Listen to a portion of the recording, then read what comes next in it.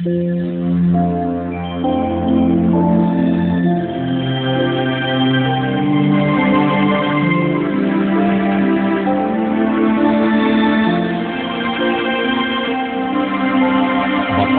ang bumabasa at ang nangakikinig ng mga salita ng hula at tumutupad ng mga bagay na nangasusulat doon, sapagkat ang panahoy malapit na.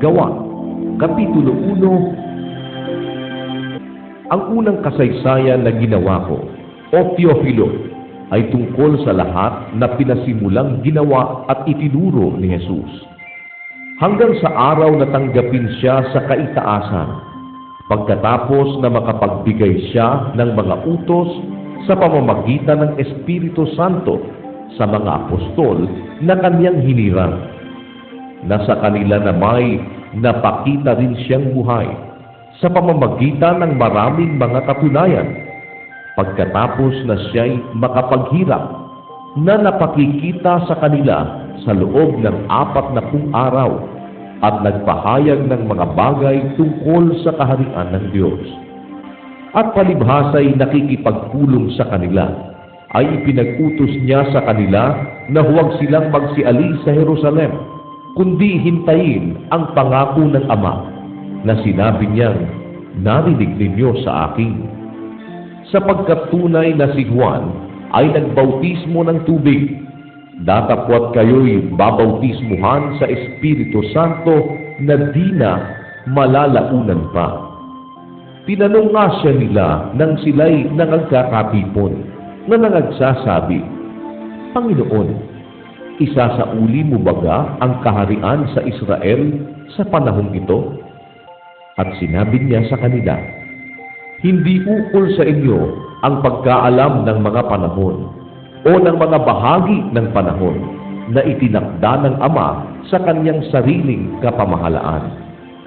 Datapwat tatanggapin ninyo ang kapangyarihan pagdating sa inyo ng Espiritu Santo, at kayo'y magiging mga saksi ko sa Jerusalem at sa buong Judea at Samaria at hanggang sa kahuli-hulihang hangganan ng lupa." At pagkasabi niya ng mga bagay na ito, nang siya'y tinitingnan nila, ay dinala siya sa itaas at siya'y tinanggap ng isang alapaap at ikinubli sa kanilang mga paningin. At samantalang tinititigan nila ang langit, habang siya'y lumalayo, narito, may 2 lalaking nangakatayo sa tabi nila na may puting damit, na nangagsabi naman, "Kayong mga lalaking taga Galilea, bakit kayo'y nangakatayong tumitingin sa langit?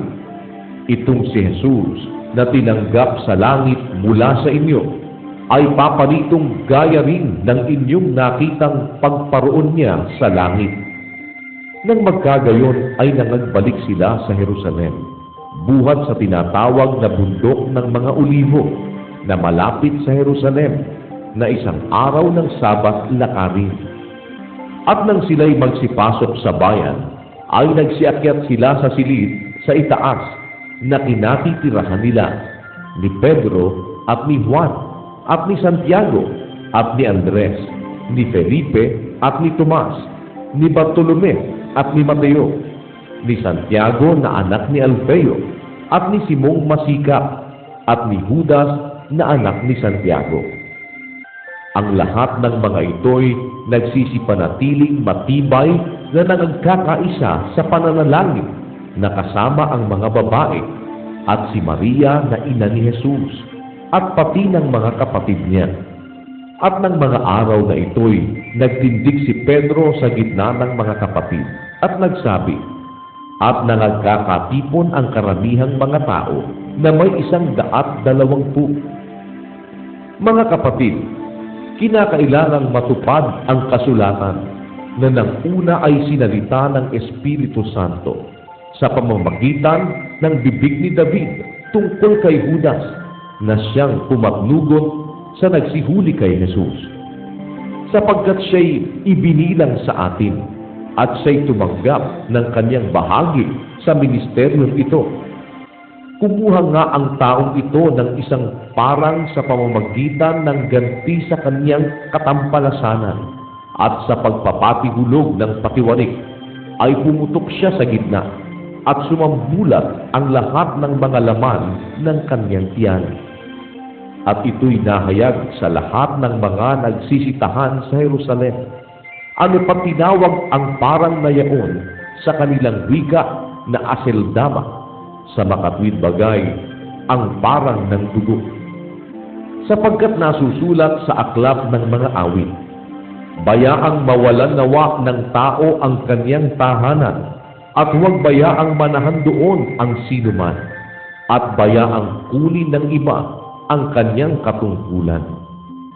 Sa mga taong ito nga na nangakisama sa atin sa buong panahon na ang Panginoong si Jesus ay pumapasok at lumalabas sa atin, magmula sa pagbautismo ni Juan hanggang sa araw na siya'y tanggapin sa itaas mula sa atin, ay nararapat na ang isa sa mga ito'y maging saksi na kasama natin sa kanyang pagkabuhay na maguli.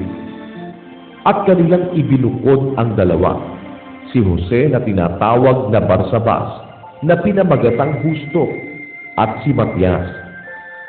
At sila'y nagsipanalangin at nagsipagsabi, Ikaw, Panginoon, na nakatatahon ng mga puso ng lahat ng mga tao, ay ipakilala mo kung alin sa dalawang ito ang iyong hinirang, upang tanggapin ang katungkulan sa ministeryong ito at pagkaapostol na kinahulugan ni Judas, upang siya'y makaparoon sa kanyang sariling kalalagyan. At sila'y pinagsapalaran nila, at nagkapalad si Matias, at siya'y ibinilang sa 11 apostol.